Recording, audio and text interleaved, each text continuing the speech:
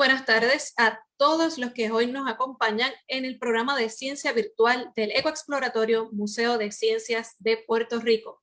Mi nombre es Lorna Salamán, soy educadora en tecnología del museo y hoy, en esta semana de observación espacial, tengo la dicha de presentarle a ustedes la historia y legado del Observatorio de Arecibo. Hoy nos acompaña el doctor Abdiel Machín de Jesús, quien es el director ejecutivo del Centro de Ciencias y Visitantes de la Fundación Ángel Ramos del Observatorio de Arecibo. Esta semana, como les comenté, es la semana de observación espacial y queremos darle las gracias a quienes siempre lo hacen posible, nuestros auspiciadores, Amgen, First Bank, Goya, Cooper Vision, donativos legislativos, Puerto Rico Space Grant Consortium. Nosotros somos NASA Partner, también a Guapa Televisión y a WKAQ 580. Esta semana es una muy interesante y pueden ver aquí nuestro programa. Nuestro programa hoy lo comenzamos a las 3 de la tarde con la historia y el legado del Observatorio de Arecibo, a cargo del doctor Abdiel Machín de Jesús. Mañana también a las 3 les exhortamos a que se registren para que sean parte de la firma del acuerdo colaborativo con el Observatorio de Arecibo. También continuamos con el miércoles 12 de mayo de 2021 a las 11:30 de la mañana hasta las 2:30. A través de Zoom y de Facebook Live tenemos el sol cenital, un día sin sombra. Eso es en conjunto con nuestros amigos del Observatorio Astronómico del Colegio San Antonio de Padua. El miércoles, como les comenté, tenemos Rocas en el Espacio con Luisa Fernanda Zambrano, Planetary Scientist. Eso a las 3 de la tarde también. El jueves, la búsqueda de vida extraterrestre desde el Observatorio de Arecibo con el profesor Abel Méndez, director PHL de la UPR de Arecibo. Continuamos esta semana con a las 3 de la tarde el viernes 14. Tenemos Optical Remote Sensing of the Atmosphere and Near Space Environment con el doctor Jonathan Friedman, quien es profesor asociado y el director también del Puerto Rico Photonics Institute. Es para mí un orgullo, un placer presentarles ahora al doctor Abdiel Machín de Jesús, quien nos va a acompañar en este momento con su presentación. Antes de, vamos entonces a que el doctor Machín pueda entonces presentarse un momento. Vamos a poner la presentación un momentito para que entonces comencemos.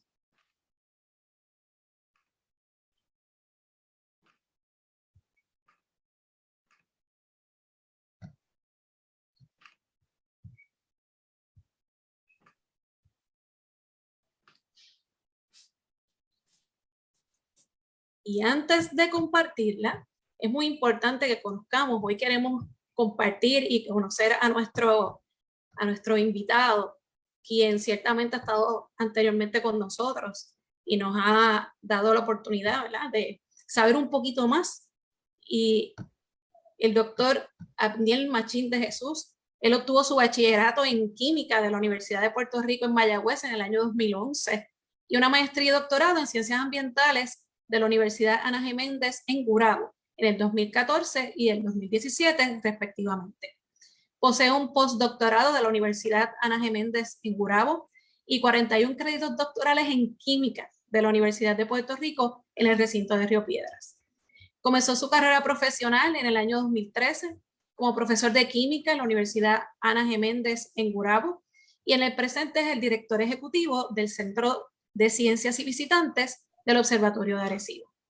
Su trabajo consiste, entre otras cosas, en manejar las operaciones diarias de ese centro, dirigir el componente educativo y de alcance del público, establecer las colaboraciones y desarrollar propuestas que promuevan la ciencia y la elección de carreras STEM. Eso es consono con lo que nosotros también hacemos en el museo, así que definitivamente hoy vamos entonces a estar un buen rato con el doctor Abdiel Machín de Jesús, hablando un poco más acerca de la historia y el legado del Observatorio de Arecibo. Así que comencemos. Lorna, pues primero que todo, ¿verdad? Muchísimas gracias a ti, a Henry, a Jenny, a Ada, ¿verdad? Y a todo el equipo del Ecoexploratorio, ¿verdad? Por la invitación. El Ecoexploratorio fue la primera agencia, el primer museo, ¿verdad? Que rápido nos contacta y nos da la mano, ¿verdad? Una vez que colapsó el Observatorio de Arecibo, y siempre ha brindado, ¿verdad? Han tenido sus puertas abiertas para recibirnos y para ayudarnos, así que para mí pues es muy especial y estoy muy contento, ¿verdad? De poder estar aquí hablando sobre un poquito sobre la historia y legado del Observatorio de Arecibo.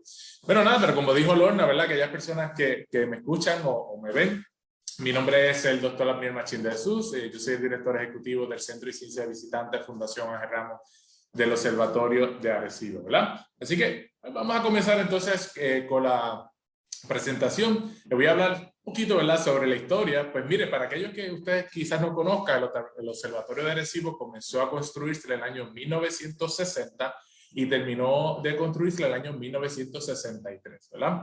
Este señor que ustedes pueden ver aquí, este es el ingeniero William E. Gordon, ¿verdad? Un profesor de la Universidad de Cornell, y él tenía la idea de que él quería estudiar la ionosfera, ¿verdad?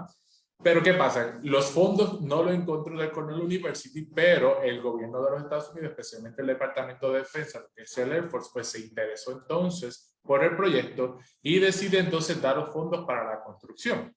Así que se construye, ¿verdad? De 1960 a 1963.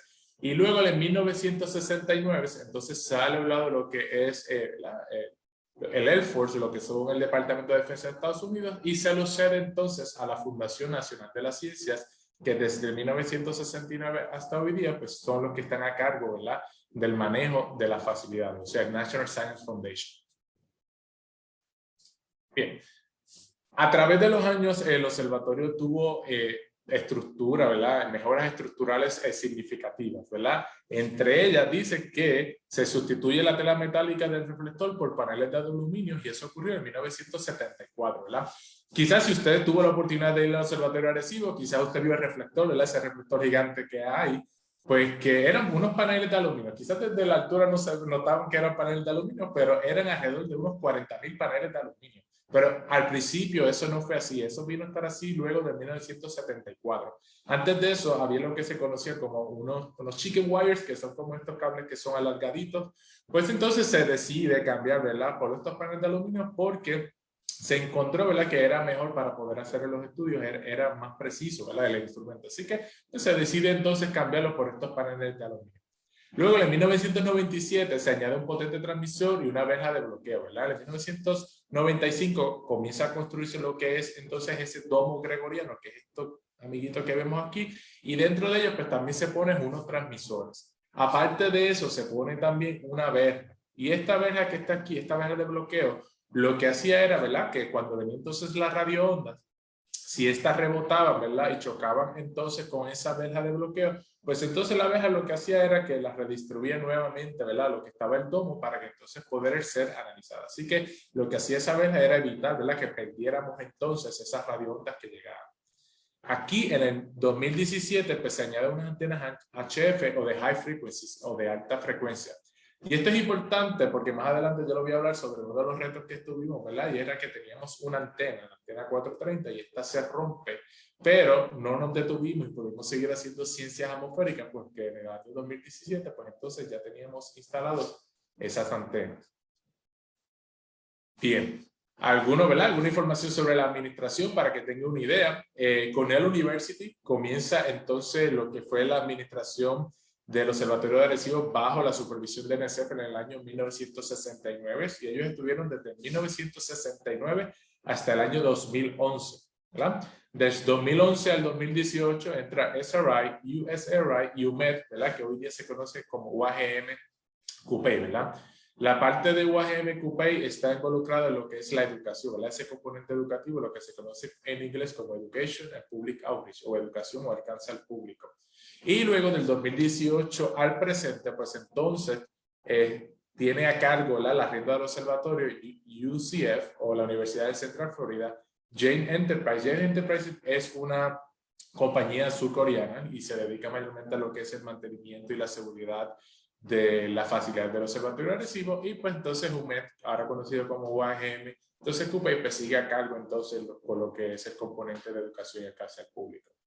Pues mire, retos que ha tenido el Observatorio de Arecibo, pues muchísimos retos, entre ellos pues el huracán María, los temblores de tierra desde el año 2019. Para que sepa, yo que he tenido la oportunidad de estar allí, cualquier temblor de 3.2 o más de magnitud se siente en el Observatorio de Arecibo, ¿verdad? Porque nosotros estamos ubicados en unas montañas altas. Así que muchos de los temblores que se sienten allá en el sur también se sienten en el Observatorio de Arecibo.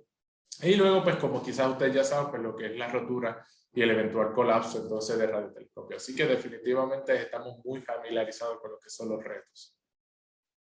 Ok, pero ¿por qué Puerto Rico, verdad? ¿Por qué lo decidimos hacer en Puerto Rico y no en otro lado? Pues mira, hay tres razones. La primera razón era que, ok, pues ya que una vez el Departamento de Defensa decide, ok, vamos a construir un radiotelescopio, pues tenía que ser en Estados Unidos o un territorio de los Estados Unidos. Ah, pues mira, pues Puerto Rico es un territorio de los Estados Unidos, así que perfecto, ya cumplíamos con eso. Lo segundo, pues mira, quería que ser entonces un territorio o en mainland, ¿verdad? Y que estuviera lo más cerca al Ecuador posible, ¿verdad? Si ustedes comparan los 48 estados de la nación americana, ¿verdad? Con sus territorios, pues Puerto Rico está más cerca del Ecuador que lo que está, ¿verdad? Esos otros territorios. Pues por lo tanto, al estar más cerca del Ecuador, nuestro campo de visión es más amplio y por lo tanto yo puedo estudiar más cosas. A medida que yo me acerco más a los polos, ese campo de visión disminuye. Así que era bien importante, ¿verdad?, poderlo construir en un lugar que estuviera lo más cercano al Ecuador. Pues Puerto Rico caía sobre eso. ¿Y por qué Arecibo? Pues mira, la realidad no era que todo el tiempo fue en Arecibo.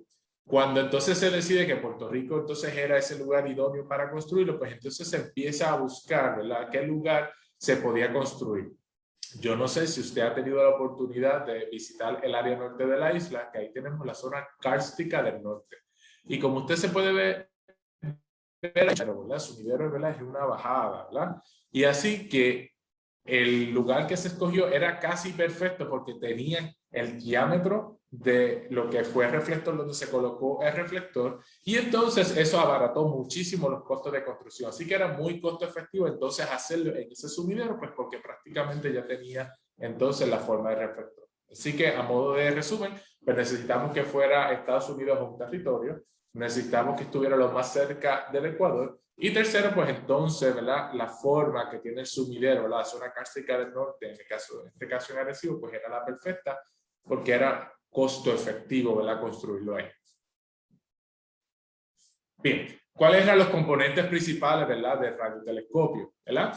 Primero teníamos las tres torres, ¿verdad? Estas torres aquí, que se llaman la 12, la 4 y la 8, esas torres lo que hacían era que, ¿verdad?, aguantaban el peso.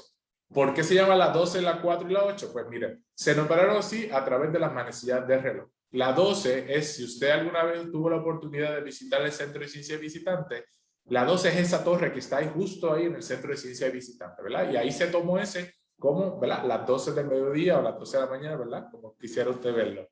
Entonces luego, a mano izquierda, tenemos entonces la torre 4. La torre 4 yo le digo de cariño a la problemática, porque fue ahí donde comenzaron entonces, ¿verdad?, a dar problemas a los cables. Primero el cable auxiliar y luego el cable principal.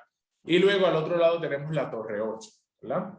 Entonces la torre 12 y la torre 4 tenían una altura de 265 pies y la torre 8 una altura de 365 pies. Y no es que la torre 8 fuese más alta, lo que pasa es que la torre 4 y la torre 12 estaban al mismo nivel. Y la torre 8 estaba 100 pies más por debajo. Así que, por lo tanto, se tuvo que construir 100, ¿verdad?, añadir esos 100 pies adicionales para que las tres estuvieran entonces al mismo nivel, ¿verdad? Y como le dije, la función de ellos pues era entonces aguantar todo lo que era la plataforma. Esa plataforma, una plataforma bien pesada, de alrededor de unas 900 toneladas, es decir, alrededor de 1.8 millones de libras, así que era bien pesada. Y entonces sostenía lo que era el domo y también sostenía lo que era la antena 430. Esa antena 430 es una antena que se utilizaba para hacer estudios de ciencias atmosféricas. Y aparte de eso, otro de los componentes principales, pues entonces es el reflector. El reflector tiene un diámetro de 305 metros, lo que es el equivalente a 1000 pies de diámetro, ¿verdad? Así que si usted tuvo la oportunidad de ir, es un reflector enorme, enorme, enorme, ¿verdad? Y que está hecho de panel de aluminio que como les mencioné en los slides anteriores, son alrededor de unos 40.000 y se pusieron en el año 1974. Bien, así que esta torre, ¿verdad? Si usted pues tuvo la oportunidad de ir, eran unas torres bien bonitas. Aquí teníamos, ¿verdad? Tenemos el Centro de Ciencia de Visitantes, ¿verdad? Y ahí teníamos esa torre. De hecho, el Centro de Ciencia de Visitantes se construyó alrededor de esa torre, ¿verdad? Por aquí venía un puente, este puente guindante, lo que llevaba entonces a los trabajadores y a las trabajadoras a la plataforma. Y luego del colapso, que muchas veces me pregunta la gente, luego del colapso lo que cae entonces es esta corona, ¿verdad? Esta parte de arriba, al tener tanto peso y alarlo, pues entonces esta parte de arriba son las que caen. Si usted pasa ahora, ¿verdad? Por la parte de afuera del observatorio de Arecibo, usted puede ver, ¿verdad? Que ya esta corona no está en ninguna de las tres torres. La plataforma, pues era una estructura de acero y aluminio que consistía, lo podemos ver aquí, de una base triangular. Tenía un riel circular que permitía entonces el movimiento, ¿verdad? De esta forma. Tenemos entonces el brazo azimuto, que es este amiguito que está acá. Y aquí teníamos entonces la 430 y aquí teníamos el domo gregoriano, ¿verdad? Así que, ¿qué yo podía hacer? Yo podía hacer este movimiento con la 430 y el domo. Yo podía, ¿verdad? Moverme hacia las esquinas. Y también podía moverme de esta forma. Así que, ¿por qué eso era importante y por qué eso también nos hacía únicos? Bueno, eso era importante porque si yo quería estudiar un objeto y ese objeto, vamos a suponer, estaba más a mano izquierda, pues entonces yo podía hacer ese movimiento y colocar entonces el domo gregoriano, la antena 430, más hacia ese lado para poder entonces estudiar mejor, ¿verdad? El objeto que me interesaba. Así que eso es una gran ventaja. Dentro del domo gregoriano, ¿verdad? Primero, ¿por qué se llama domo gregoriano, verdad? Eso es que sencillamente la forma que tiene, ¿verdad? Y el tipo de fusión que lleva a cabo. Dice que era una estructura de acero y aluminio y que su interior albergaba pues, 2 reflectores, secundario y terciario, un transmisor de S-band y 9 receptores adicionales. Es decir, dentro de este domo gregoriano, yo podía entonces recibir esas radioondas que llegaban del universo. Yo las podía recibir en modo pasivo. Modo pasivo, lo que significa es que yo no emitía una señal, sino que yo dejaba que esas señales llegaran. Una vez que esas señales entonces llegan, ¿verdad? Chocaban en el reflector y llegaban al domo, de ahí chocaba hasta llegar entonces a ese transmisor y de ahí lo podíamos entonces llevar a lo que es el cuarto de control y del cuarto de control entonces yo lo analizaba. Pero también yo podía transmitir y eso es una de las ventajas que tenía el observatorio de Arecibo, que no tan solo podía trabajar de forma pasiva, que era recibir señal, sino también trabajar de forma activa. Porque de forma activa significa entonces que yo emito, ¿verdad? Yo emito esa señal entonces viene, choca en el reflector, va al espacio, choca con algún objeto sólido, regresa y luego el estudio, ¿verdad? Más adelante, cuando esté hablando sobre ciencias planetarias, pues entonces les voy a explicar cómo es que funcionaría. Pero bien importante, entonces dentro del domo gregoriano, pues entonces estaban esos reflectores y ese transmisor y esos 9 receptores adicionales. Ok, la antena 430. Esta antena 430, si usted visitó el observatorio de Arecibo antes del huracán María, se iba a ver de esta forma. Esta antena 430 tenía era alrededor de unos 100 pies de largo. Luego del huracán María, ella se parte y quedó aproximadamente como unos 30 pies nada más de la antena. Y esa antena pues se utilizaba entonces para hacer estudios de ciencias atmosféricas. Pero no sé si recuerden uno de los slides del principio que les mencioné que en el año 2017, antes de María, se colocaron unas HF. Así que aunque esta antena se rompió, ¿verdad? Teníamos las otras antenas y entonces podíamos continuar haciendo ciencias atmosféricas. Ok. ¿Cuáles son las áreas de estudio? Nosotros tenemos 3 áreas de estudios en el Observatorio de Arecibo, ¿verdad? Y esto nuevamente era lo que nos hace único en el mundo. Primero tenemos entonces la radioastronomía, ¿verdad? Dentro de la radioastronomía, pues nosotros podíamos estudiar cualquier objeto en el universo que emitiera luz, ¿verdad? Porque si emite luz, entre ellas emite radioondas, ¿verdad? Y si esas radioondas llegaban entonces hasta Arecibo, yo la podía estudiar, ¿verdad? Aparte de radioastronomía, yo hago lo que son ciencias planetarias y aparte de eso hago ciencias atmosféricas. Así que radioastronomía, ciencias planetarias y ciencias atmosféricas, ¿verdad? Una definición más profunda de lo que es radioastronomía puede ser que es el estudio de la radiación que emiten de forma natural algunos cuerpos celestes, tales como estrellas de neutrones o galaxias, y de esta manera entonces se puede calcular la distancia a la que se encuentra, su tamaño, sus trayectorias, entre otras características. ¿verdad? Y como les dije, cualquier objeto, ¿verdad?, que pudiera entonces emitir esa luz, emitir esa radioonda, y esa radioonda llegara entonces al reflector y del reflector al domo gregoriano, pues entonces yo podía entonces estudiarlo. Y se podían estudiar galaxias, se podían estudiar pulsares, se podían estudiar muchísimas cosas más, ¿verdad? Y yo quiero que vean esta imagen, ¿verdad? Uno quizás ve esta imagen y uno piensa, o ¿verdad?, algunas de las personas pensaban que yo podía obtener este tipo de imagen del observatorio, ¿verdad? Y nosotros somos un radiotelescopio, así que nosotros lo que estudiamos son radioondas. La realidad es que yo lo que recibo son líneas, ¿verdad? Hay muchas líneas y es bien interesante si cuando volvamos a abrir, si tiene la oportunidad de ir a visitar el cuarto de control, usted va a ver que los científicos y las científicas lo que ellos van a recibir son muchas líneas, ¿verdad? Pero ya ellos y ellas están entrenados para poder identificar y decir, ok, mira, este patrón de línea corresponde a tal cosa, este otro patrón corresponde a otra tal cosa, ¿verdad? Y luego esas líneas, pues entonces pasan a modelos tridimensionales, y luego que tengo el modelo tridimensional, pues hago este tipo de imágenes per se, ¿verdad? Pero no es como que usted puede ir al observatorio de Arecibo y ver la imagen anterior, ¿verdad? Eso no va a poder ser así. Bien. Y lo otro, que son las ciencias planetarias, y aquí pues yo creo que es, si no la parte más importante, una de las partes más importantes para justificar su reconstrucción. ¿Por qué? El Observatorio de Arecibo era el instrumento más preciso para la identificación y caracterización de asteroides y de otros objetos sólidos.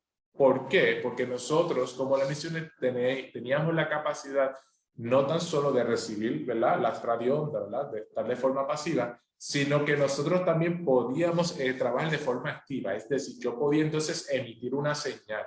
¿Y por qué eso es importante? Bueno, porque si yo tengo un objeto rocoso que no emite luz, como es por ejemplo los asteroides, pues yo no lo puedo estudiar por radioastronomía. Por lo tanto, yo necesito estudiarlo eso de otra forma. Pues para eso entonces tengo, ¿verdad?, lo que son las ciencias planetarias. ¿Y qué es cómo yo hago eso? Pues mire, si usted ve la imagen, ¿verdad?, dentro del domo aquí tengo estos transmisores, ¿verdad? Estos transmisores emiten una señal, y esa señal pues entonces choca en el reflector, y del reflector pues entonces sube hacia el espacio, ¿verdad? Y en el espacio pues va a chocar con un objeto sólido. Es importante que el objeto sea sólido, porque si el objeto no es sólido, pues no va a poder virar, ¿verdad? Así que choca con ese objeto sólido. Una vez que choca con el objeto sólido, pues vuelve entonces la señal. Esa señal choca en el reflector, y del reflector entonces pues va al domo gregoriano, y entonces ahí puedo analizarlo. ¿Y por qué esto era tan importante? Bueno, porque entonces yo podía estudiar asteroides o cualquier otro objeto, ¿verdad?, que pudiera representar alguna amenaza, sea para Puerto Rico, para Estados Unidos o para el mundo. Y el Observatorio de Arecibo, como les mencioné, era el instrumento más preciso para poder hacer este tipo de estudios. Así que al perder el Observatorio de Arecibo, ¿verdad?, el instrumento principal, pues entonces decimos que estamos ciegos ante el universo. No sé si quizás haya escuchado eso o haya leído eso, y a eso es lo que se refiere, ¿verdad? Para que tengan una idea, en el año 2016 se rompió récord de identificación de asteroides. Nosotros tenemos un proyecto que se llama la identificación de proyectos que estén cercanos a la Tierra, específicamente para la identificación de asteroides, y se identificaron más de 200 asteroides cercanos a la Tierra, ¿verdad? Y eso se podía hacer, pues como le dije, porque ese instrumento era sumamente potente y sumamente preciso, así que yo podía ver no tan solo la forma, sino podía calcular su trayectoria y a la velocidad que iba. Así que nuevamente, si algún día alguien le pregunta, mire, ¿por qué es bien importante que reconstruyamos el Observatorio de Arecibo? Pues le dice, mira, porque era el instrumento más potente que teníamos entonces para la identificación de objetos que pudieran representar un peligro para la Tierra. ¿Okay? No es que no hayan otros instrumentos que hagan lo mismo en el planeta Tierra, sí los hay, pero no eran tan precisos como era el nuestro. Y quizás sí los hay, pero no en Estados Unidos, en sus territorios, pues entonces pues nos encontramos en una desventaja. Bien. Y lo otro, las ciencias atmosféricas, dice que es la investigación de la envoltura gaseosa de la Tierra, y se puede medir la composición, temperatura y densidad de la atmósfera para comprender los procesos físicos que surgen en esa zona, y se puede estudiar el crecimiento y la generación de perturbaciones en las partículas de la ionosfera. ¿Verdad? Aquellos de ustedes que quizás conozcan la ionosfera, ¿verdad? Eso viene de iones. Iones son partículas cargadas, ¿verdad?, ya sea de forma positiva o de forma negativa. Y entonces yo puedo emitir, ¿verdad?, con una energía, nosotros utilizamos un láser, y ese láser pues entonces puede cargar las partículas de la ionosfera. Esas partículas pues van a ganar esa energía y una vez que la ganan la liberan, ¿verdad? Y los elementos tienen la peculiaridad que emiten energía a ciertos largos de ondas característicos. Así que una vez que yo les excito cierta parte, ¿verdad?, de la ionosfera, pues yo puedo estudiar la composición, es decir, yo puedo decir qué elementos hay ahí en esa región. Aparte de eso, pues puedo hacer múltiples otros estudios. De hecho, para que tenga una idea, la facilidad, lo que es ciencias atmosféricas sigue trabajando, ¿verdad? No está trabajando al mismo ritmo que antes porque perdimos el instrumento principal, pero sí tenemos lo que se conoce el LiDAR y eso sigue operando, ¿verdad? Y el LiDAR en los últimos tiempos se ha dedicado a estudiar el polvo del desierto del Sahara, ¿verdad? Nosotros sabemos que ese polvo del desierto del Sahara pues, proviene de África, ¿verdad? Pero cuando viene arrastra otras cosas, ¿verdad? Así que el Observatorio de Arecibo, pues entonces se dedicaba a estudiar esa composición del polvo del desierto del Sahara y ahora estamos a punto de abrirlo en Culebra, un área para seguir estudiando, para seguir haciendo este tipo de estudios, ¿verdad? Y nuevamente, aunque el instrumento principal no está, hay otros instrumentos que sí siguen funcionando y por eso se sigue haciendo entonces ciencias en el Observatorio de Arecibo, especialmente ciencias atmosféricas. Bien. Una de las cosas, ¿verdad? Uno de los estudios realizados, pues como les mencioné, en el año 2016 rompimos récord de identificación de asteroides y esto era algo de suma importancia especialmente para NASA. Nosotros teníamos y tenemos una propuesta que es para exactamente esto, para la identificación de asteroides que pudieran representar peligro para la Tierra. Y dice que en julio 2020, pues estudios con el radar de Arecibo, pues eliminaron al asteroide 2020 NK1 de 1 kilómetro de largo de la lista de mayores amenazas de impacto por la Tierra. ¿Okay? Dice que los cálculos realizados presentaron una probabilidad de 1 en 70.000 de impactar la Tierra entre el año 2086 y 2101. Dice que el poderoso radar de Arecibo es una de las herramientas cruciales de la caracterización de asteroides cercanos. Y como les mencioné nuevamente, una de las justificaciones más importantes para la reconstrucción del Observatorio de Arecibo es específicamente esto, poder hacer exactamente este tipo de estudio que les estoy mostrando, ¿verdad? Así que con el radar yo voy entonces a identificar ese objeto, decir, mira, cuán grande es, la trayectoria, cuán rápido va, impacta, va a pasar cerca, en qué año va a pasar cerca, etcétera, ¿verdad? Y entonces ir desarrollando planes, ¿verdad?, de representar algún tipo de peligro. Otra de las cosas importantes es que se han estudiado 4 de las más de 70 lunas que tiene Júpiter. Júpiter estaba leyendo que hasta ahora se han descubierto como unas 74, 75 lunas, pero se cree que tiene muchísimas más, ¿verdad? Así que 4 de esas lunas pues, fueron entonces estudiadas por el Observatorio de Arecibo. Y es bien importante porque muchas de las misiones que nosotros escuchamos que envía NASA, muchas veces esas misiones fueron alimentadas con datos que recorrió el Observatorio de Arecibo. ¿Okay? Algo que no mencioné que yo creo que es importante, ¿verdad? Si yo hago unos estudios de forma activa, es decir, que yo envío una señal, yo puedo llegar hasta los anillos de Saturno. Yo no veo Júpiter y yo no veo a Saturno porque Júpiter y Saturno son planetas gaseosos, pero los anillos de Saturno son sólidos, entonces yo puedo verlo. Así que de esa forma activa yo puedo llegar hasta esos anillos de Saturno. Más allá de, pues no tengo la capacidad, el instrumento no tenía la capacidad para llegar más allá de. ¿Sí?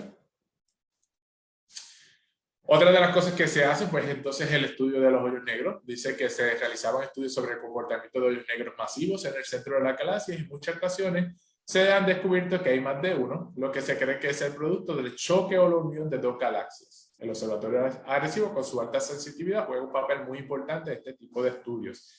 Estudios recientes, ¿verdad?, sugieren que en el centro de cada galaxia hay un hoyo negro, ¿verdad? Pues nosotros en el Observatorio de Arecibo entonces podíamos estudiar, ¿verdad?, este tipo de fenómenos, ¿verdad? Y eran, pues, ciencias de calibre mundial y una ciencia, pues, muy importante. Aparte de eso, ¿verdad?, dice que el Observatorio de Arecibo fue uno de los primeros lugares en el mundo en reportar la detección de lo que se conoce como unos Fast Radio Bursts. Dice que logrando captarla de forma repetitiva y polarizada, algo que no se había logrado nunca antes. Dice que estas son ráfagas de ondas de radio cortas e intensas que duran milésimas de segundo, provenientes del espacio de origen desconocido. Pues mira, imagínense, están los científicos y las científicas, están allí, ¿verdad?, en su día normal y de repente empiezan a recibir estas señales desconocidas, pues al principio no se sabía de qué era, ¿verdad? Y el Observatorio de Arecibo fue uno de los primeros lugares en el mundo de poderlas reportar, ¿verdad? Ya otros lugares lo han reportado y lo han podido identificar, pero todavía el origen de las Fast Radio Bursts es desconocido, ¿verdad? Todavía no se sabe, ¿verdad? Y nos llena de orgullo, ¿verdad?, de que el Observatorio de Arecibo fue uno de los primeros lugares entonces que pudo descubrirlos. Ok, algunos de los logros más importantes, ¿verdad?, son muchísimos, pero les voy a hablar a unos así por encimita. Dice que en 1965, estamos hablando, ¿verdad?, de hace más de 50 años, a través del radar de Arecibo se descubrió que Mercurio tardaba 59 días terrestres en rotar alrededor de su propio eje y antes se creía que rotaba en 88 días. Y esta antena, ¿verdad?, la antena con la que se descubrió eso estaba en la parte de al frente de lo que era el centro de aprendizaje y lamentablemente cuando cayeron los cables rompieron parte de esa antena. Pero sepa, ¿verdad?, que se sabe que entonces Mercurio rota 59 días y que esos estudios entonces se hizo con el Observatorio de Arecibo. Esto es uno de los logros más importantes y algo de lo más que nos llena de orgullo, y es que el Premio Nobel de la Física recayó sobre Joseph Taylor y Russell Hulse por su descubrimiento de un pulsar, una investigación que iniciaron en el radar de Arecibo en 1974. Ellos iniciaron esta investigación en 1974 y no fue hasta 1993 que le dan entonces el Premio Nobel. Y no tan solo esto fue pues, un logro importantísimo porque se hizo con el Observatorio de Arecibo, sino que también ellos pudieron descubrir que la teoría de la relatividad de Einstein era correcta. Así que yo siempre digo, ¿verdad?, que hasta Einstein, ¿verdad?, está atado con nosotros. Así que eso fue muy importante y, como dije, algo que nos lleva mucho de orgullo. Un pulsar es una estrella, ¿verdad?, que emite mucha señal, ¿verdad? Es como, se le llama un pulsar porque es como si fuera un pulso. Y son estrellas de neutrones bien pesadas y bien pequeñitas, ¿verdad?, comparadas con otras que giran bien rápido y que entonces van emitiendo pulsos. Y entonces ellos pudieron descubrir esos pulsars. Dice que en 1992, astrónomos de Arecibo descubrieron el primer planeta en otro sistema planetario. Así que los exoplanetas, ¿verdad?, que quizás usted haya escuchado, un exoplaneta es cualquier planeta que está fuera de nuestro sistema solar. Pues sepa que el primer exoplaneta que se descubrió fue en el Observatorio de Arecibo en el año 1992, ¿verdad? Hoy día pues se han descubierto muchísimos exoplanetas y cada año pues se reportan, añade más a la lista, pero el primero se descubrió en 1992 y fue con el Observatorio de Arecibo. Dice que también las primeras imágenes de radar de Marte se obtuvieron usando una técnica desarrollada en Arecibo, así que de hecho estas misiones de Marte que están ocurriendo en estos momentos, muchas de ellas pues han utilizado data, ¿verdad?, que provino entonces de las investigaciones que se desarrollaron en el Observatorio de Arecibo. Así que definitivamente eso es algo que también pues, nos llena de mucho orgullo. En el 1998 el radar de Arecibo pudo detectar el satélite SOHO. Este satélite SOHO fue un satélite que envía a NASA para estudiar el Sol. ¿Y qué pasa? SOHO, de repente NASA llama al observatorio y le dice, mira, yo no sé dónde está el satélite, no lo podemos identificar, la comunicación ha fallado, ustedes nos podrían ayudar. Y pues entonces como nosotros podemos, ¿verdad?, emitir, ¿verdad?, nosotros entonces pudimos identificar, ¿verdad?, ver dónde estaba el satélite. Y como nosotros, pues ese instrumento, ¿verdad?, el Observatorio de Arecibo era tan preciso, pues pudo no tan solo decir, ok, está ahí, sino ver a la velocidad que iba girando. ¿Y por qué eso era importante? Porque si iba girando muy rápido era que ya no tenía combustible. Si iba girando un poco más lento era que pues, le quedaba combustible y que podía entonces seguir con su misión. Pues efectivamente lo pudo identificar, se pudo descubrir que estaba en buen estado y el satélite SOHO pues, siguió tomando entonces imágenes del Sol por muchísimo más tiempo. Otra de las cosas es que se pudo observar la carencia de agua congelada, ¿verdad?, en la Luna, ¿verdad? Esto es un tema muy importante, se quiere descubrir si realmente hay agua o no en la Luna, ¿verdad? Agua, ¿verdad?, para futuras misiones que se pudiera sacar de la corteza y utilizarse, pues por lo menos se pudo observar que no había agua congelada en la Luna, ¿verdad?, en la parte visible. Y que, pues, como le dije, que muchos de los asteroides que han pasado, pues no forman entonces peligros a la Tierra, quizás otros sí en el futuro, pero muchos no, ¿verdad? Y nuevamente, todas estas cositas, pues, se han podido lograr con el Observatorio de Arecibo. Bien, ya, ¿verdad? Dejé a un lado lo que era la historia y dejé a un lado lo que era la ciencia, pero esto es una imagen que, ¿verdad?, que les quiero mostrar porque para mí es muy, muy importante y me llena de mucho orgullo. Trabajar en un lugar que es bien diverso. Yo siempre bromeo y siempre digo que yo trabajo en las Naciones Unidas. ¿Por qué? Porque allí tenemos gente de literalmente todas las partes del mundo. Para que tengan una idea, pues soy yo, aquí está el director Francisco Córdoba, que va a estar con ustedes el día de mañana. Aquí está la doctora Amberti, ella es de Finlandia. Aquí está la doctora Flaviani Vendetti, ella es de Brasil. Cristiana de Brasil. William de Puerto Rico. Luisa es de Colombia. Mike de Estados Unidos. Y tenemos gente de España. Tenemos muchas personas de India. Tenemos personas, you name it, de todos lados. Y cada vez que tenemos estas reuniones, pues es bien bonito, ¿verdad?, ver que todos tenemos un acento diferente, ¿verdad?, pero que hablamos el mismo idioma de la ciencia, ¿verdad? Y eso, pues, para mí, pues, me llena mucho de orgullo. Y esto, pues, es una imagen del Centro de Ciencia y Visitantes, ¿verdad? Por si tuvo la oportunidad de visitarlo, y aquellos que no tuvieron la oportunidad, sepa que el observatorio, ¿verdad?, que el centro, perdón, no sufrió casi daño. Eso fue milagroso, porque no sé si usted puede ver aquí la imagen, esta parte de atrás, ahí estaba la plataforma, y aquí, como le mencioné, estaba la Torre 12. Pero la forma en que cae, ¿verdad?, en el ángulo en que cae entonces la plataforma, llevó o aló los cables hacia el lado contrario donde estaba el centro, y por eso se pudo salvar. Solamente sufrió un poquito de daño en lo que era la terraza, que era donde se servía comida, y un poquito en el lounge, que era donde almorzábamos, pero ya eso se arregló y ya eso está bien. La Torre 12 le están haciendo limpieza en estos momentos, y pues estamos trabajando todo lo posible para poder abrir para agosto, para septiembre o lo más pronto posible. Así que, pues, que sepa que si no tuvo la oportunidad, pues va a poder todavía ir al Centro de Ciencia visitando, ¿verdad? Y visitarnos y ver, ¿verdad?, conocer sobre las ciencias que hacemos y los trabajos de limpieza que lo puede haber, etcétera. Así que estamos trabajando con eso. Otra de las cosas, pues, bien importantes que tenemos es que hemos desarrollado programas, ¿verdad?, para estudiantes, al igual que el exploratorio, que tiene programas fantásticos y maravillosos para atraer jóvenes, ¿verdad? Nosotros también tenemos esta academia, es una academia que se llama STAR, un programa en el cual yo estoy extremadamente orgulloso de este programa, y se entrena a 30 estudiantes de high school. La duración de esta academia es de 16 semanas, corre igual que el semestre, de agosto a mayo, y luego de enero a mayo y de agosto a diciembre. En verano no la damos, es sabatina, tiene una duración de unas 16 semanas.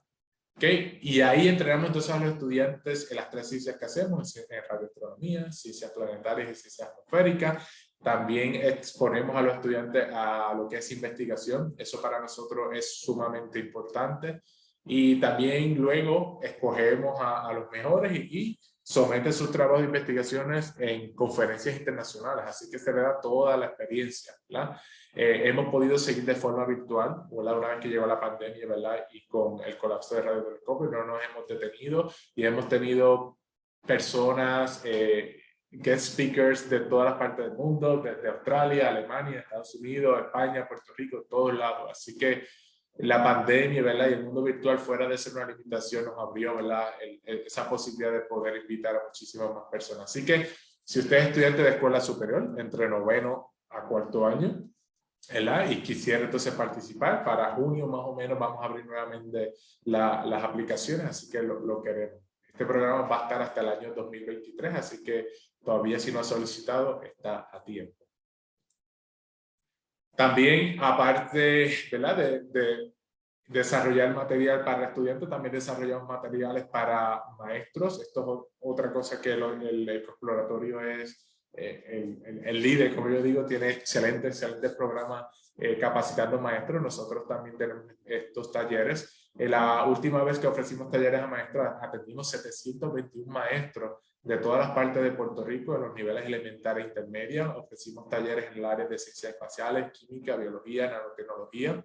Hemos seguido desarrollando talleres, ahora tenemos de astronomía, ahora tenemos de física, de ciencias ambientales, etcétera, ¿verdad? La idea es poder crear una biblioteca virtual, ¿verdad? Donde los maestros y las maestras pueden ir ahí y entonces poder buscar información, ¿verdad? Y complementar sus clases con la información que tenemos disponible para ellos. Son unos módulos educativos que están alineados al currículo a los mapas curriculares del Departamento de Educación, así que si hay un maestro o una maestra que le interese, pues con muchísimo gusto podría participar.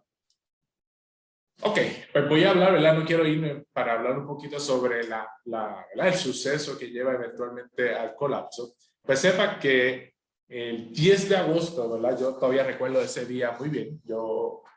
Habíamos abierto el centro en junio, después de un receso por el COVID, ¿verdad? El COVID comenzó más o menos en marzo 15, ¿verdad? Que llegó esa primera orden ejecutiva. Entonces estábamos todo bien, todo estaba dentro, ¿verdad? De la emergencia del COVID, pues ya estábamos acostumbrándonos y de repente recibo una llamada de Francisco como a las 7:11 de la mañana y me dice, Ariel, tienes que cerrar el centro de ciencia visitante. Yo dije, ¿qué pasó? Y él me dice, se cayó un cable auxiliar. Y yo, era las 7 de la mañana, no había tomado café, yo no registré a lo que, ¿verdad? Las magnitudes. Pero entonces luego voy, pregunto y busco imágenes y resulta que el cable que cayó fue un cable auxiliar. Ok, ¿qué es eso de un cable auxiliar? Cuando se pone, ¿verdad? Se construye originalmente el observatorio de Arecibo, había unos cables principales, ¿verdad? Y esos cables principales pues aguantaban el peso que tenía en ese momento. Pero luego en 1995, cuando se pone el domo gregoriano, ¿verdad? Eso puso una carga, ¿verdad? Un peso extra. Pues por lo tanto, pues para poder redistribuir ese peso extra se ponen 12 cables auxiliares, ¿ok? Y esos cables auxiliares pues tenían la función de aguantar, ¿verdad? Ese peso extra. Pues si usted ve aquí en la foto del medio, ese cable auxiliar no se rompió, él no se rompió, él no se partió. Ese cable auxiliar sencillamente, el socket, que es este amiguito que ven aquí, es como si lo hubiese soltado. Lo soltó y pues entonces cae, eso le da al domo gregoriano y causa daño y causa también daño lo que era el reflector. Pero ¿qué pasa? No se sabe todavía si se cierta, se han mandado los cables y se están haciendo estudios para determinar qué fue lo que pasó. Pero ¿qué pasa? Nosotros teníamos 11 cables adicionales, ¿verdad? A ese y era de la misma compañía, así que eso nos pone entonces en jaque, ¿verdad? Nos pone en alerta porque pero si eso pasó con uno, puede pasar con nosotros. Y en efecto, ese estudio pues entonces se comienza a hacer, ¿verdad? También hay que tomar en consideración que estos cables son extremadamente pesados y grandes, ¿verdad? Estamos hablando de toneladas y toneladas y toneladas. Así que mandar a hacer un cable tan rápido, traerlo o hacer cualquier tipo de trabajo.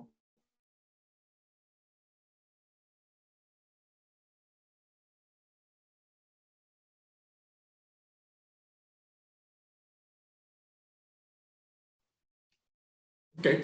Luego de eso, el 6 de noviembre, ¿verdad? A casi 3 meses luego de la caída del primer cable, el 6 de noviembre cae entonces uno de los cables principales. Eso yo estaba allí, eso ocurrió como a las 7 y pico de la noche. Yo estaba allí cuando eso sucedió y se escuchó.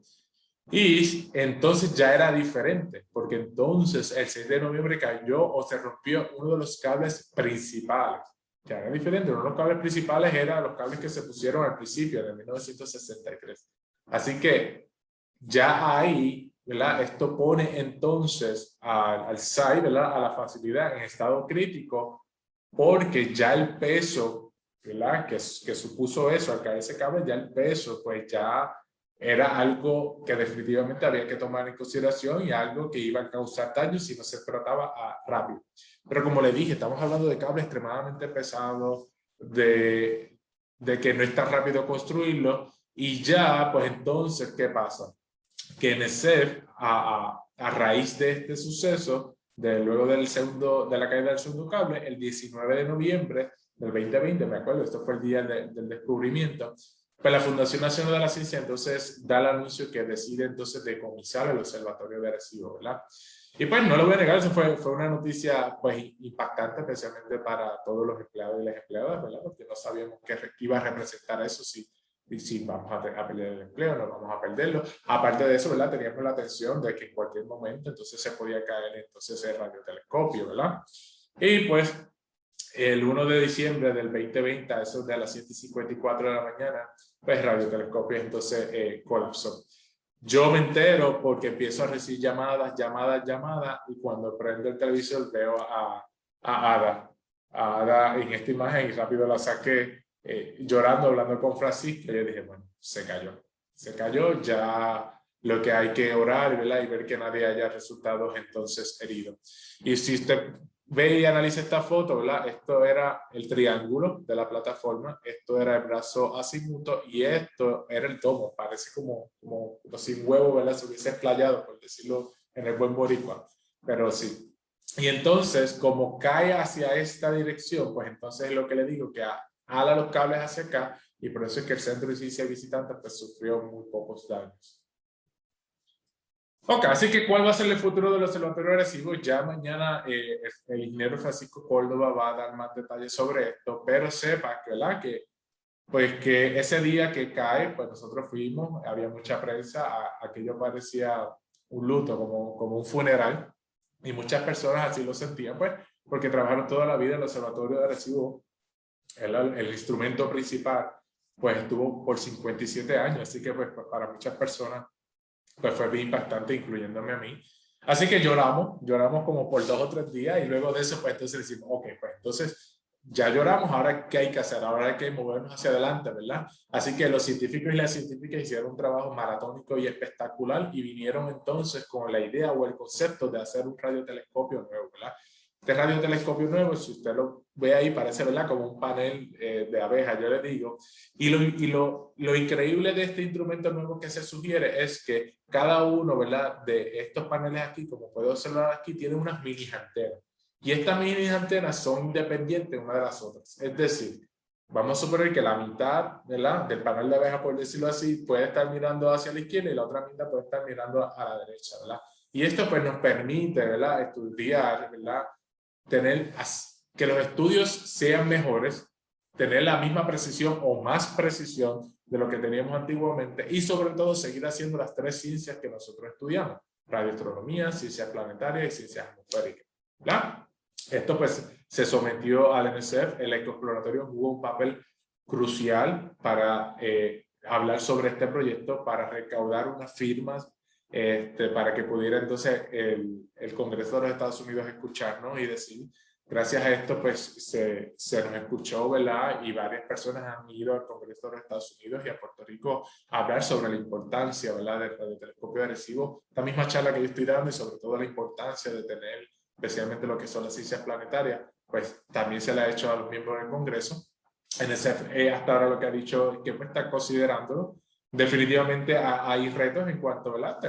Tenemos COVID ahora mismo, ¿verdad? Tenemos la pandemia, pero estamos en espera todavía de la decisión de NSF para ver si entonces van a reconstruir, si van a aceptarlo parcialmente, ¿verdad? O ver la decisión final que entonces que tomen. Ante, ¿verdad?, la difícil situación, nosotros tenemos una página de donaciones, ¿verdad?, por si quisiera donar. En esta página de donaciones, ¿verdad?, ese dinero que si usted dona, pues se va a utilizar exclusivamente para lo que es el desarrollo de programas académicos o para, ¿verdad?, todos los esfuerzos que conlleva el Education and Public Outreach. También, ¿verdad?, si quisiera apoyar de otra forma, lo podría hacer por una tienda virtual que tenemos. En esta tienda virtual tenemos más de 400 artículos. Así que ahí puede encontrar artículos desde camisa, gorra, jackets, cosas para los celulares, tablets, etcétera. Hay montones y montones de artículos que también podría entonces ayudarnos. Si quisiera, ¿verdad?, cooperar con nosotros, así que puede ir y visitarnos, le va a encantar. Muchos artículos muy buenos, se los recomiendo. Y lo último que hemos hecho, ¿verdad?, que esto también pues me llena de mucho orgullo. Yo no sé si sabían, pero entonces se pueden quedar en el Observatorio de Arecibo si así lo quieren. Tenemos 12 habitaciones disponibles y están en perfecto estado, y son habitaciones que no hay nada que absolutamente envidiarle a los hoteles. Así que se puede dar una escapadita por allí. Si quiere escaparse del bullicio y quiere, ¿verdad?, despejarse la mente, pues puede ir y visitarnos, y entonces contamos con servicios de cafetería, así que puede entonces ir y visitarnos y decir que se quedó, ¿verdad?, en el Observatorio de Arecibo. Yo me quedo de cada rato y le digo, son espectaculares de verdad. Y entonces ya esto sería pues todita mi presentación. Ahora cualquier duda o pregunta, con muchísimo gusto la respondo.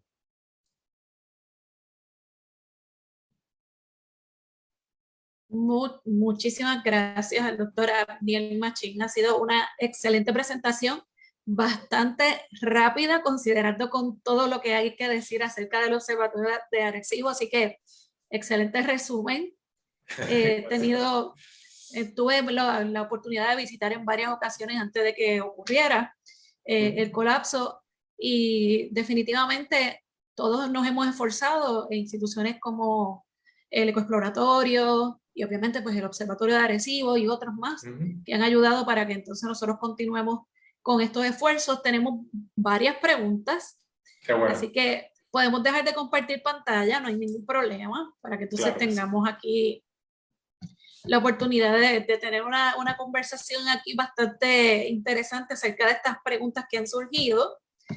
Y desde lo más técnico y lo que tiene que ver hasta con los cuerpos celestes y qué contribución tenía, hasta el interés que tienen jóvenes de saber más acerca de cómo pueden formar parte de las iniciativas del observatorio.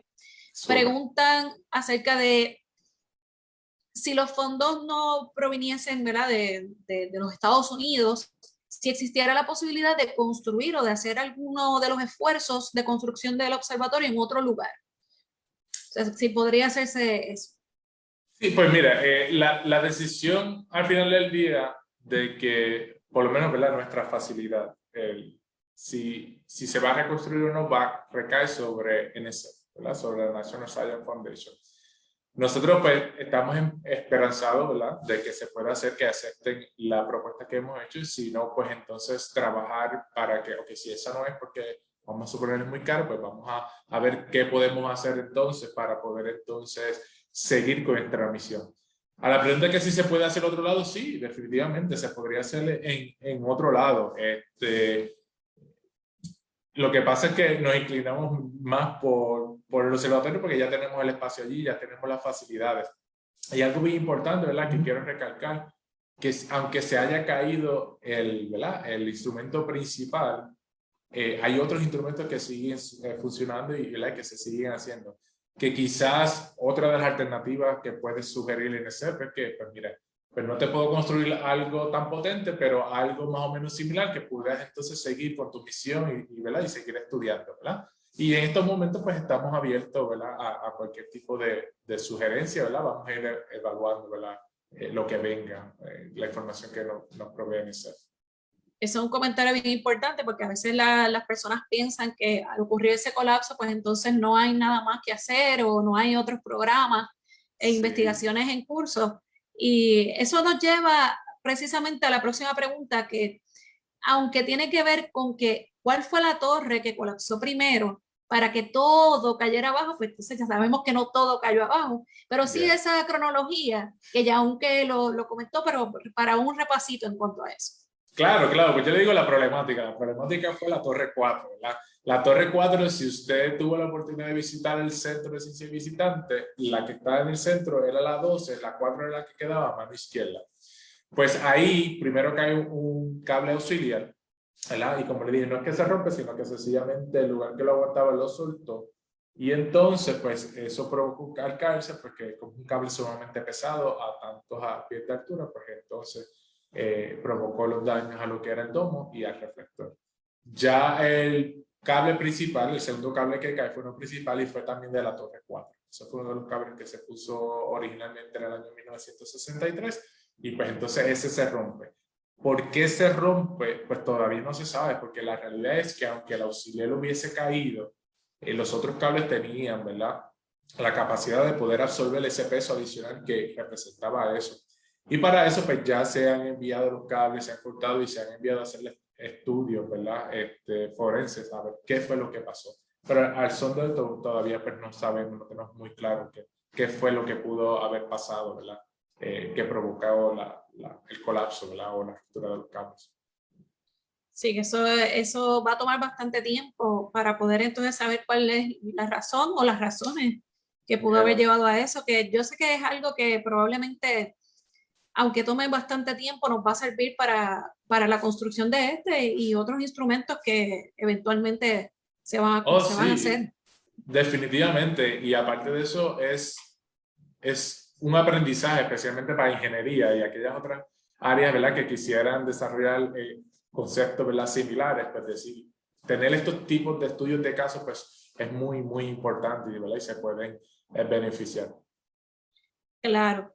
También nos hacen una pregunta, de todo lo que hemos mencionado, sí, hay muchos logros y se han hecho grandes descubrimientos. De eso nos preguntan que de eso, ¿cuál quizás ha sido el que se distingue más del observatorio? Que hablamos, esto se hizo ahí, esto lo descubrimos, esto no lo iba a hacer otro y fuimos los primeros. ¿Cuál es ese que más se recuerda?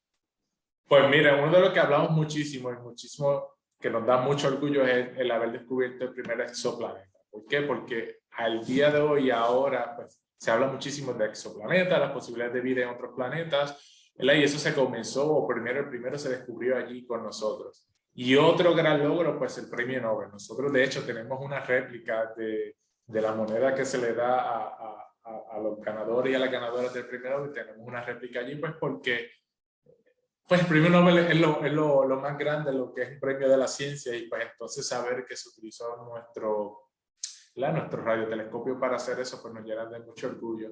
Y en épocas recientes yo te puedo decir que la detección de todos los asteroides, ¿verdad? El mundo podía estar tranquilo, especialmente Puerto Rico y Estados Unidos, podía estar tranquilo de que se estaban identificando objetos que pudieran representar algún peligro para nosotros, ¿verdad? Para la sociedad.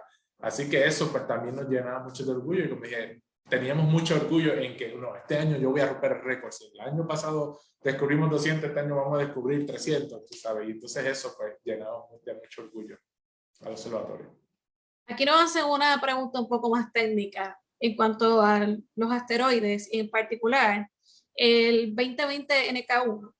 Entonces, ¿cómo se le da el nombre? Entonces nos dan esa sugerencia que hay una semejanza entre ese nombre y la medida, que es de 1 kilómetro. ¿Cierto? ¿O cómo entonces que se le otorga el nombre? Pues mira, ahí yo no me atrevo a contestarte porque no es mi área de especialidad, pero Luisa el miércoles, ella es una de las científicas de planetaria y ella te puede decir toda la logística. Y sí, yo sé que ella una vez me lo explicó, y sé que si me está escuchando me va a dar. Sí, ella me explicó, y que eso tiene esos nombres, ¿verdad? Esas letras y esos nombres representan algo en específico, pero no me atrevo a decirte algo que después sea falso. Así que esa información a la persona, pues yo puedo anotarla, y entonces con muchísimo gusto luego se la contesto. Eso quiere decir que, igual que Mibet Ríos y otros que estaban preguntando sobre eso, el miércoles van a estar con nosotros, así que los enviaron que se registren para que entonces tengan la respuesta a esa pregunta. Sí, definitivamente Luisa es excelente, y ella, su background en lo que son ciencias planetarias, especialmente los asteroides, y ella le va a poder contestar cualquier tipo de pregunta que tengan de asteroides.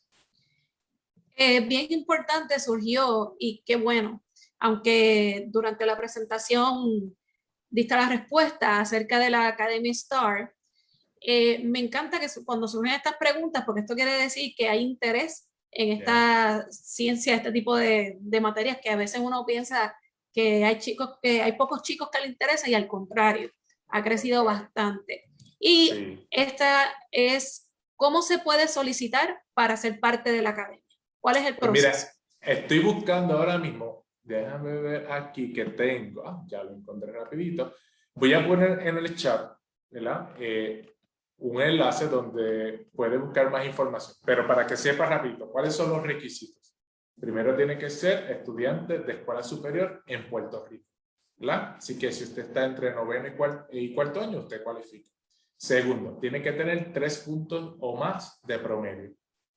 Y tercero, tiene que ser completamente bilingüe. ¿Por qué? Porque todas las presentaciones que se hacen, y como a lo último vamos y presentamos en una conferencia internacional, pues es bien importante, ¿verdad?, que ese estudiante pues entonces pueda manejar ambos idiomas. Así que sea residente en Puerto Rico, que esté entre noveno y cuarto año, y que hable inglés, ¿verdad?, que sea bilingüe. Y eso es básicamente los requisitos bien importantes. Nosotros aceptamos 30, la propuesta se hizo para 30 personas, y el año pasado recibimos 188 aplicaciones, así que es bien competitivo. Así que mientras más rápido, ¿verdad?, usted salga esa aplicación y la someta, pues muchísimo mejor. Voy a poner el chat rapidito para todo el mundo. el El enlace. el proceso de solicitud comienza a partir de qué fecha más o menos para que El proceso de solicitud, yo lo voy a, me comprometo y lo voy a poner aquí para hacerlo. Ya lo apunté.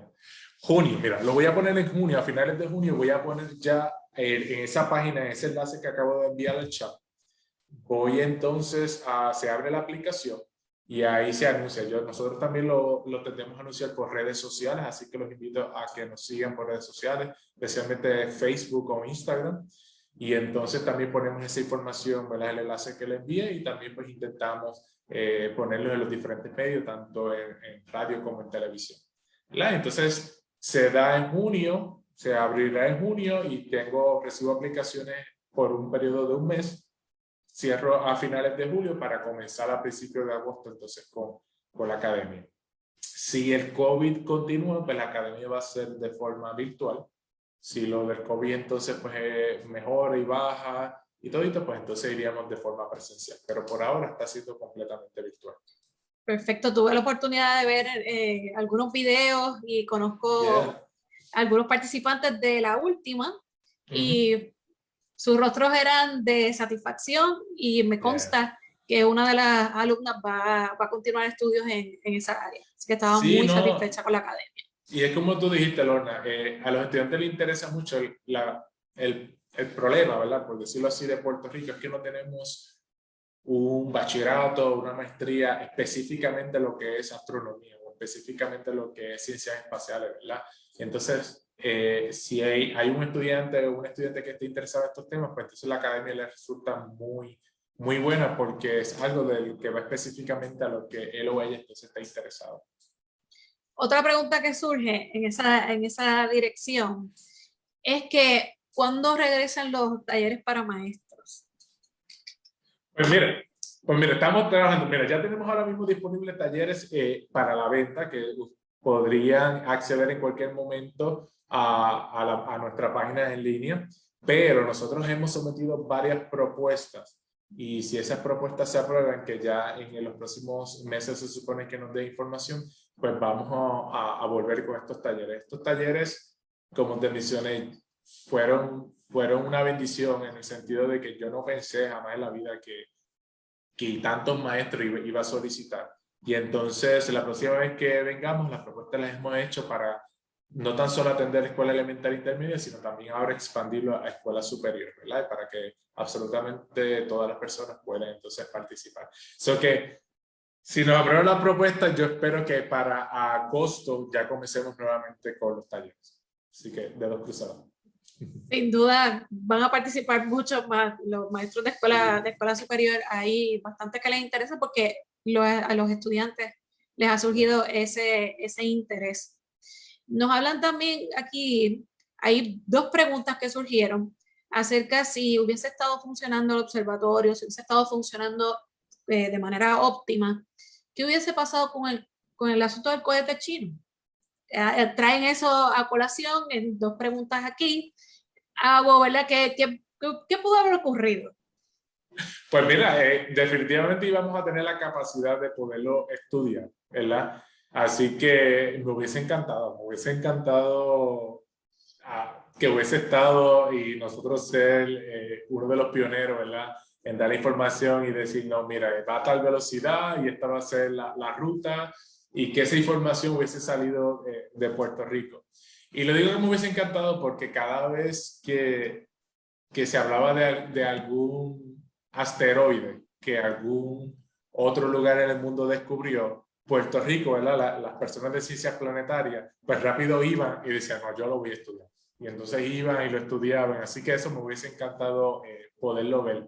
Así que quién sabe si hubiese estado, pues nosotros hubiésemos sido, ¿verdad? Los que hubiesen dicho, pues mira, no representa peligro para Puerto Rico, o esta va a ser la ruta y se va a caer en tal lugar, etc. Así que me hubiese encantado. Pero tenemos la esperanza y estamos trabajando, que son otras de las preguntas y comentarios que han surgido, en particular acerca de qué es lo que vamos a continuar haciendo, cuáles son los próximos pasos para lograr esa reconstrucción o las alternativas que nos puedan proveer y qué tiempo pudiera durar. O sea, la pregunta surge, ¿cuánto puede durar el que haya una respuesta final y luego, que es un poquito, ¿verdad? Pues un poquito ambicioso en el sentido de que no tenemos idea cuánto duraría la construcción o la reconstrucción. Así que esas son unas interrogantes. Son excelentes preguntas. Pues mire, como había mencionado, la decisión final, ¿verdad? Del futuro del Observatorio de Arecibo pues, está en manos de NSF. Yo tengo esperanza de que para este año, antes de que finalice este año, NSF finalmente tome una decisión final y diga, ok, esto es lo que va a pasar sí o sí, porque esta es la decisión que ya tomamos. Una fecha exacta, pues no podría decirte porque no depende ni de UCF, ni de Jan, ni de WAN, sino son ellos que son los que administran, o del Congreso de los Estados Unidos, porque pues, el Congreso es, pues al ser NSF una agencia federal, pues entonces responde a lo que es el Congreso. Pero vamos a suponer que NSF dice, vamos a reconstruir, yo te voy a dar el dinero que pidieron, vamos allá. Pues mira, lo que se está proponiendo, ese proyecto puede tardar, estamos hablando de que se trabaje rápido, que no haya temblores, de que no haya otros María, de que no haya más pandemia o que la pandemia que esté se controle. Estamos hablando entre un periodo de 4 a 6 años, ¿verdad? De construcción, porque este de ahora pues es un concepto nuevo, así que habría que remover, ¿verdad? Lo que es el reflector. Era un poquito más grande también. El original es 305 metros, este que se propuso es 314 metros de diámetro, así que un poco más ancho. Hay que, ¿verdad? A ajustarlo a ese tamaño y luego, pues entonces, ir trayendo las piezas, ¿verdad? Construyéndolas y montándolas, hay que alinearlas, etcétera, ¿verdad? Y eso pues conlleva, ¿verdad? Una serie de pasos y de procesos burocráticos, especialmente si los fondos provienen de fondos federales, pues hay mucha burocracia, ¿verdad? Envuelta. Pero un tiempo estimado entre 4 a 6 años, sí, ¿verdad? Sí, puede ser si nos dieran los fondos, que ojalá que así sea. Vamos a pensar que sí, continuemos siendo optimistas. Sinceramente, logramos las firmas. Sí. Logramos entonces que nos dieran la oportunidad, y digo como pueblo en general, de escucharnos, de que sea considerado la propuesta. Así que tenemos que tener esa fe, esa esperanza de que vamos a poderlo reconstruir y saber, aquí hay una pregunta de Eliel Armando Echavarría acerca de cuando se vuelva a construir. Estoy ya pensando que eso va a pasar. Ajá. Que se pueda tratar de buscar la vida extraterrestre, y me gustaría hablar de ese mensajito. Que eso es algo bien significativo y que a veces la gente cree que no. Vamos a recapitular eso, por favor. Pues mira, en el 1974 nosotros enviamos el primer mensaje al espacio. Ese mensaje incluía varias cosas. Incluía información sobre nuestro ADN, información sobre la cantidad de personas que había para aquel tiempo, sobre los elementos más comunes de la Tierra y los números del 0 al 9, ¿verdad? Entre otras cositas, también la localización donde estábamos, etc. Pues ese mensaje se envió, había personas que estaban de acuerdo, había personas que no estaban de acuerdo con eso. Se envía, ¿verdad? Y al son de hoy, pues todavía no hemos recibido una respuesta, ¿verdad? O por lo menos no que sepamos, ¿verdad? Que hayamos recibido una respuesta. Bien curioso es que en el año 2019 se comienza, entonces decidimos hacer una competencia a nivel mundial sobre, ¿verdad? Si usted tuviera la oportunidad de enviar un nuevo mensaje al espacio, ¿cuál sería y por qué? Y sobre todo, ¿cómo lo haría, verdad? Y esto lo que queríamos era hacerle una competencia de STEM, ¿verdad? De lo que era ciencia e ingeniería, y que buscara información sobre el radiotelescopio de Arecibo y diera, ok, pues con las capacidades que tiene el radiotelescopio, yo te voy a apuntar hacia esta dirección y espero, que tarde tantos años en llegar por lo menos al lugar que me interesa que llegue. Y el apoyo fue tanto que 50 países de alrededor del mundo contestaron el challenge y se unieron. Y de hecho, los 3 finalistas que tuvimos fue uno de Puerto Rico, de la UPR de Mayagüez, de Australia y de Paraguay, si no me equivoco. Eso que increíble. Al final ganó la UPR de Mayagüez, hicieron un trabajo excelente, excelente, excelente. Y ellos pues cambiaron un poco el mensaje y ellos lo que querían era como que decir, ok, estamos aquí, por favor, no nos destruyas, pero comunícate, ¿verdad? Por favor, con nosotros. Así que es bien chévere, ¿verdad? Que el que tuviera por lo menos para mí, bien súper, súper importante, que hubiésemos sido, ¿verdad? Ese primer lugar también en el mundo, que hubiésemos entonces enviado ese mensaje al espacio. Y si pudiéramos volverlo a enviarlo, wow, pues yo pienso lo mismo, por favor comunícate, pero todos son de paz. Por favor, vengamos a paz, no necesitamos más tragedia, por favor vengan y ayúdenos a mejorar. Sí, que hay ese elemento también de la cultura popular, cómo se une con los aspectos científicos. Así que por eso a los estudiantes, a nuevas generaciones, tienen ese reto de cómo entonces hacer esa comunicación científica integrada. Ha sido un gusto. Y por último, ¿dónde pueden conseguir información acerca de la historia como tal? Porque se cubrió bastante, pero nos hicieron esa pregunta y no la quiero dejar fuera. Pues miren, tengo por aquí, déjame ver rapidito. Hay un enlace dentro de la página oficial que es nike.edu y lo voy a poner aquí, dice Education News. Si deseas compartir la pantalla, no hay problema alguno con eso, o lo podemos entonces poner. Ya lo tengo, ya lo encontré rápido. Ya no hay problema, lo voy a enviar al chat ahora mismo. Ok. Pues ahí tenemos dentro de esa página también, en nike.edu, ahí está la historia a través de las fotos, ¿verdad? Y entonces ahí puede ver la foto y al lado de la foto hay una pequeña descripción donde se dice, ok, esta foto de 1963 fue tal cosa, etc. Si no, también me puede escribir, que voy a anotar mi correo electrónico, que es machina1@uagm. Y ahí, pues me puede escribir también y yo con muchísimo gusto puedo compartir esta presentación que yo tengo, que habla un resumen muy grande de la historia. Digo, un resumen bien pequeñito de la historia, pero que da la información la pertinente para que puedan entonces conocer un poquito más sobre el Observatorio de Erosión. Pero con muchísimo gusto me podrían escribir y yo les puedo compartir esta charla que acabo de dar. Claro que sí. Esto es bien importante a todos estos estudiantes y a todos los que estén interesados, público en general. Y yo sé que de vez en cuando surgen estos proyectos, estos trabajos escolares que la gente pues dice, ¿qué hago? ¿Qué puedo hacer? Pues aquí tienen una idea diferente acerca de lo que podrían estar haciendo. Y entonces, pues, este ha sido uno de estos webinars que para mí, que me gustan estos temas, pues me acerca a que es posible. A que es posible hacer un proyecto distinto, pero sí extremadamente significativo, que es un proyecto de país y que definitivamente demostramos cuando hubo ese colapso que es posible adquirir todas esas firmas, ese respaldo y muchas otras que quizás no fueron canalizadas por ahí, pero sí hubo muchísimo apoyo, no solamente aquí en Puerto Rico, sino a nivel internacional.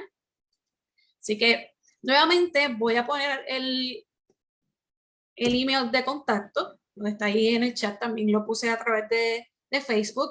Gracias a todos los que nos han acompañado, tanto por Facebook, en el Facebook Live hubo una muy buena participación, comentarios, preguntas, saludos, igual acá en Zoom, así que es bien importante que continúen apoyando. Esta semana vamos a estar de observación espacial y vamos a tocar muchísimos temas.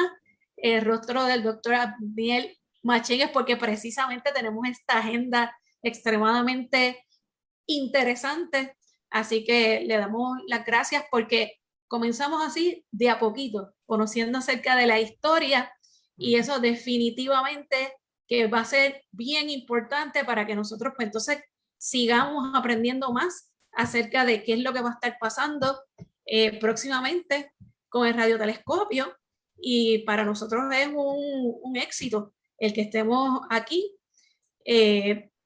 Vamos a repetir rápidamente la información acerca si Abdiel, si nos puedes hacer el favor de mostrar en pantalla lo último, la información que tenías en la presentación, la de contacto, porque nos las están pidiendo. A ver si... La de contacto, déjame... la información de general, donde estaban los emails y la página web. Ok, perfecto, déjame... Ok, voy a compartir entonces.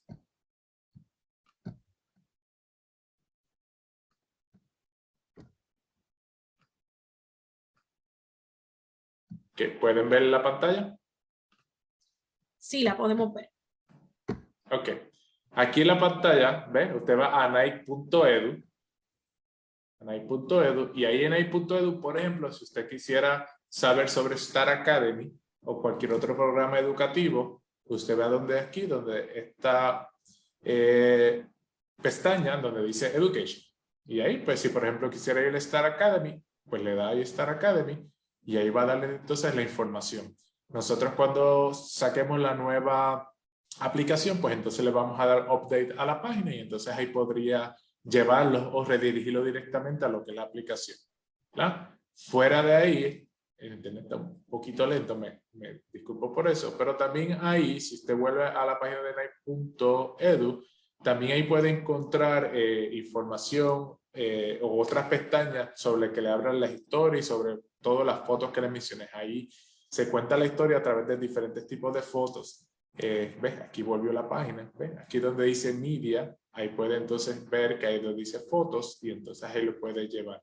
También aquí donde dice about está el legacy y dice facts y otras cositas y ahí también puede encontrar entonces información, ¿verdad? Aquí está el legacy, que es el legado, ¿verdad? Y ese descubrimiento que se ha hecho a través del tiempo. Si quisiera entonces hacer donaciones, pues también lo podría hacer de esa forma. Y algunos, ¿verdad? Facts acerca, ¿verdad? De unas preguntas más frecuentes que se hacen y también ahí podría contestarlas. Más información del centro de ciencia de visitantes y de la página en línea, pues también la puede encontrar ahí. Así que, y nada, y como le dije, mi correo electrónico es machin.a1@uagm.edu. Me puede escribir, con muchísimo gusto yo también le puedo ayudar en cualquier duda o pregunta. Y Lorna, ¿verdad? No me quiero ir, ¿verdad? Sin darle nuevamente las gracias a ti y a todo el equipo del Exploratorio porque, pues, como mencioné, desde el día 1 nos dieron la mano. Era bien gratificante estar allí con ustedes y todos los días ver cómo esa cantidad de firmas aumentaban, especialmente en esas últimas fechas, ¿verdad? Que nos acercamos al deadline. Así que, pues, muchísimas gracias, ¿verdad? Por todo eso y toda esa ayuda que siempre nos brindó el Exploratorio. Claro, claro, y siempre vamos a estar apoyando. Definitivamente para nosotros siempre es lo que debemos hacer, es lo que nos corresponde y definitivamente siempre vamos a estar presentes para poder entonces acompañar no solamente al Observatorio de Arecibo, sino a otras organizaciones que siempre estamos aquí para dar la mano, para ayudarnos entre nosotros. Yo voy a finalizar este webinar de una manera un poco distinta, porque ocurren cosas en vivo y en este momento a mí me está ocurriendo que no tengo toda la presentación y pasa, no la tengo ahora mismo, no quiere funcionar, ocurren cosas de este tipo, pero les debo decir a todos los que han preguntado que y todos nuestros webinars van a estar disponibles, lo ven por Facebook Live, se queda, no se va, eso ustedes lo pueden ver cuando deseen, así que esta información queda en nuestras redes sociales, que también estamos bajo Ecoexploratorio por Instagram, en Facebook, en el canal de YouTube, y es bien importante, les exhorto a que vayan al canal de YouTube, y también nos pueden llamar al 787-281-9090, y lo voy a escribir por aquí por el chat, pueden también escribirnos a webinar@ecoexploratorio.org y ahí entonces, ¿qué puede ocurrir? ¿Ves? De estas preguntas que surgieron, ustedes escríbanlas y nosotros gustosamente hacemos el enlace con el doctor Abdiel Machin para que entonces ustedes puedan tener las respuestas. Así que muchas gracias a todos por habernos acompañado. Ha sido un gusto y continuamos esta semana con observación espacial como parte de lo que es el programa de ciencia virtual del Ecoexploratorio Museo de Ciencias de Puerto Rico. Así que muy buenas tardes a todos. Hasta mañana. Gracias. Buenas tardes.